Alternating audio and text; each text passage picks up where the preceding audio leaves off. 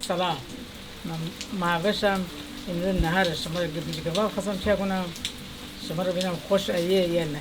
گوشت بیجیم بعد سبزی خورده بودم اینا آب می خورده دودم دو. الان نیست تازه بعد سبزی هم چگونی می صابی می دکنی می آنه دو. فلفل نمک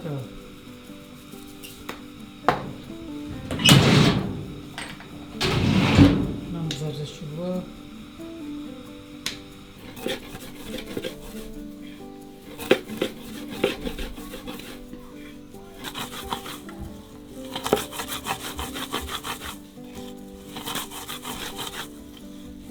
سنگ باید سلاح داشت میگه بگم چه قشنگ سلاح داره.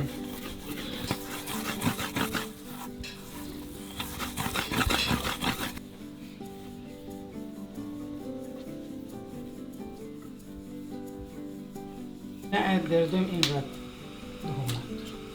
حالا گشنیز و جعفری رو پاک میکنه تا با دانه های انار ترش اونا رو توی نمیار بسابه.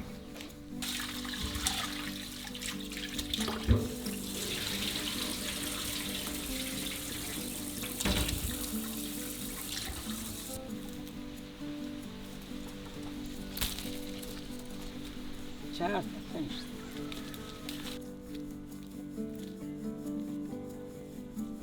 سی چوی مزیه دو نمکیه رو درون گردو بسابیم سربامجی بگونیم تا عروسی دی بیرون غذا آماده نردن مرغی تو سرخ بود درسته آدم باید داماد مرد بده بی طرف آقایان جوانان اونو بریفت نان سرخ بودی نه لای نان برنجی پرده بودی بعد جوانان فقط هر کی بودی بگیرده مثلا وقت بیرسی.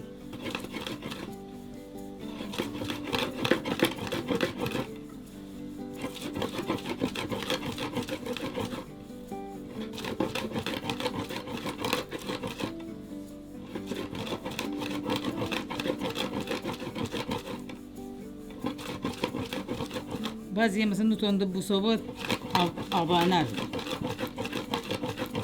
جدیده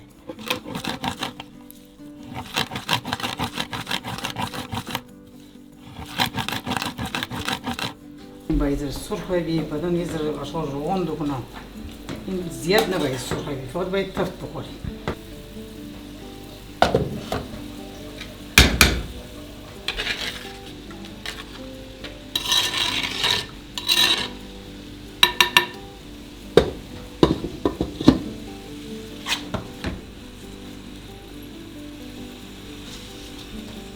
بعد از اینکه سبزی و انار سابیده شده رو تفت داد، اینا رو به خورش اضافه میکنه.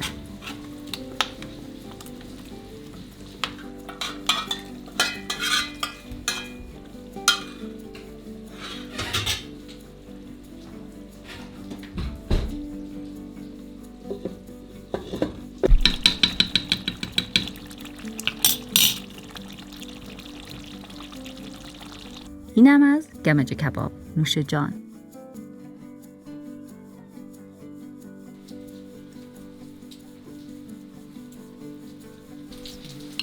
بفرمایید.